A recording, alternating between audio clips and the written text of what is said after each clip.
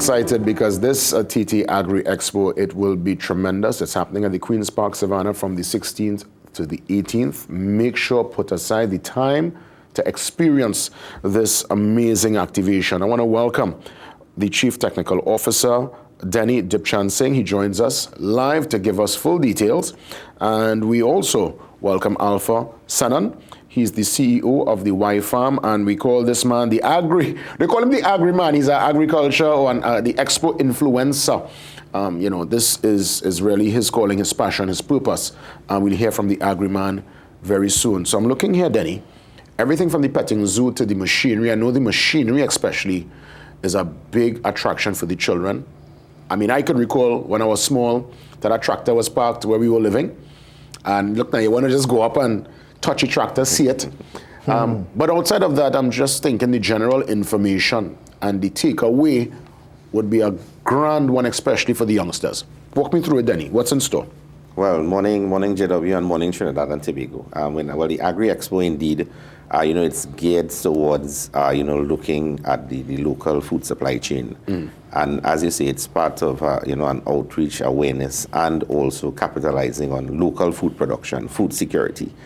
And, at the Expo there's a lot to expect. I mean, not only, as you mentioned, the machinery on display, but we have all the farmers on display, and we have also, the NAMDEVCO markets, looking at local food production. So you could obviously walk with your cash in hand, and you could walk out with produce. You could definitely engage with the farmers there on the day and get fresh produce. Very much so, very much so, very much so. And, it's part of a networking process as well. Looking at networking the farmers, with the distributors, the retailers, and looking at the innovation in agriculture as well. Let me bring the agri-man in. How important is networking in the business? Because again, you're out there, you toil the soil, you're able to bring your produce, but your produce must get now to the market. Yeah, correct. Good morning, everyone. When we look at the theme for this year's Expo, farm to table, it says it all. Because we have to allow our farmers to understand the process that food goes through to get to the shelf. And as I always say, understanding the movement of food from the crop to the shop, from the mud to the market, from the seed to the snack, and understanding that movement and all the, what we call it the agricultural value chain. Every person involved in the chain is being able to see themselves moving one step further. So with the networking at the Expo now, you as a farmer, you'll be able to understand, all right, my input supplier, the man who has get my seeds, my fertilizer, etc. from, to connect with that person. You want to take it that step further? I want to agro-process, I want to manufacture, I want to distribute. How do I get my lettuce packaged? How do I get my callaloo packaged? Is it by the NAMDEVCO packing house? Is it by, how do I connect with somebody to do a better label for me? And all these players are right there in the Expo. So you have to look far. You walk around the Expo and you figure it out in a day. So even if somebody is new to the market, new to the sector, this is a perfect place to really start to forge relationships, as it were. Absolutely. Absolutely. Yeah. Really quick, before we get back to the Expo, I saw a development recently, a couple of weeks ago, the TTPS, getting some new vehicles to help in terms of the predial larceny scenario. I guess that's a step in the right direction. Of course, most certainly. And the idea was to boost up the efforts of the predial larceny squad as well, enabling, farmers to have that peace of mind, ensure that their hard work is not in vain, eliminating the larceny component of it as well. Agri-man, how severe is that particular reality in the sector? Yeah, we can't deny that predial larceny is on the rise. People, especially certain communities, certain farming communities, are really faced by the challenge of predial larceny. And it's the hardest thing for a farmer to be out there toiling in the soil, day after day, sun, rain. And then before you could go and pick your crop, somebody beat you to it the night before, the morning before. That's depressing, So the ministry is definitely working hard towards alleviating that problem. To me, that's one of the greatest disrespects. Yeah. And we need to deal with those who engage in that kind of activity in a very serious manner. So I was very happy to see that development.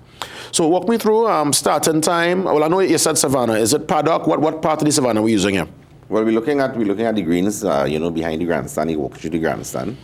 And Yes, you okay, know, yes, I know right? the space, yes. And you know, there are over 300 exhibitors. Last year, we were able to attract more than, I would say, 3,000 individuals walking through the expo. It was huge, I remember. You know, 30,000 in fact, sorry.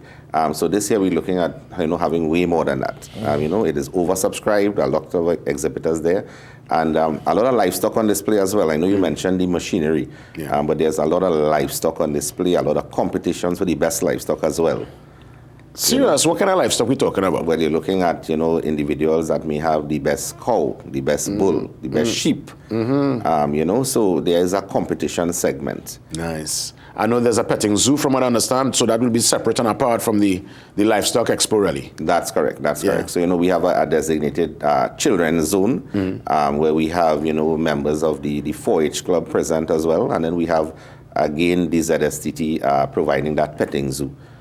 You know, encouraging, again, outreach, awareness, conservation techniques. And of course, the machinery. I go back to the machinery. I know that's always a real big attraction. I mean, we watching, look, not even a child, it looks like a young man actually on the tractor. People just see, you see what happened, you don't ever get close to this kind of machinery. You will see it in the field, you're on the highway, you see a man working his tractor. But when you're able to go up close and really see, touch, feel, it's something exciting. And I think, you know, to have the machinery there and to have all the livestock so that people can really see firsthand and get close. It's a sense of excitement, a sense of, I think, a big takeaway also is information and knowledge.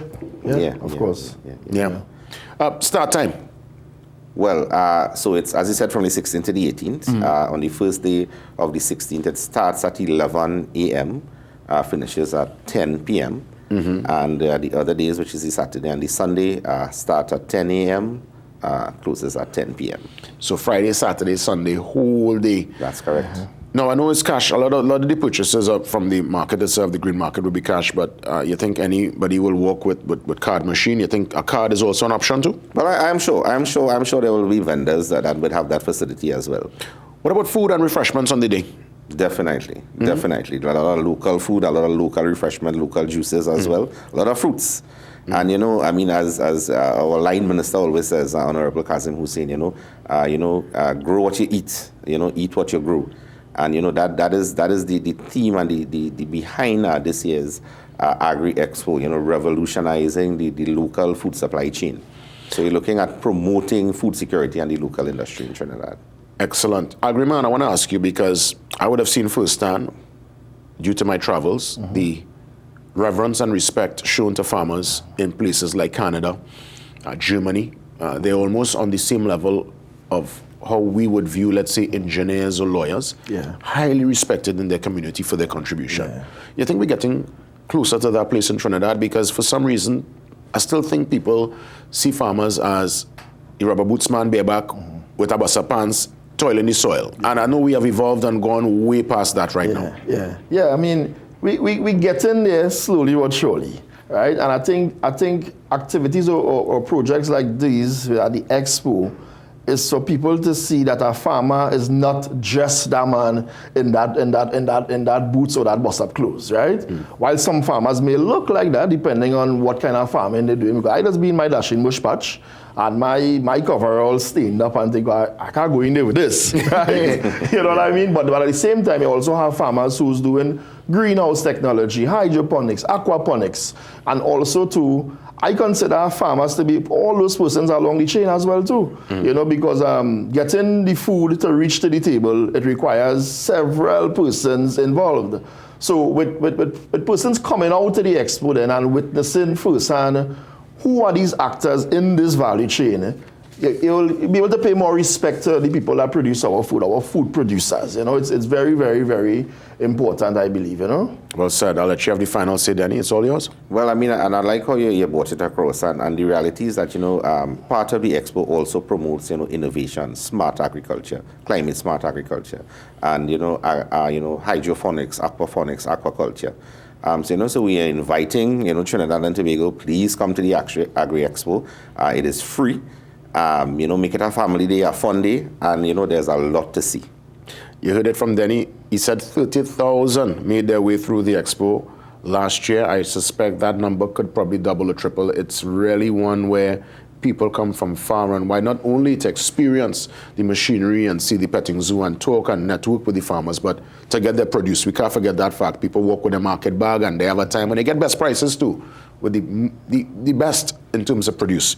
Agriman, all the best. Thanks for the contribution, my friend. Yes, thank you for having us. Thank you for having me. You know, adding to that food security. Yeah, and we definitely encouraging the youths as well in particular to come out there. You know, come and be inspired, come and be motivated, come and see who are all the players in the agricultural sector. And we have the business-to-business seminar and everything as well too, to come and be part of those initiatives. Yeah, as you said, the food-to-table value chain. Yeah. Yes, that's the kind of language we're talking now when it comes to agriculture. With that being said, we'll take the pause. We come back with the head of marketing for the Unit Trust Corporation. My colleague, my good friend Hema Ramki soon joins me next to give details concerning the Scale Up TT program. Stand by.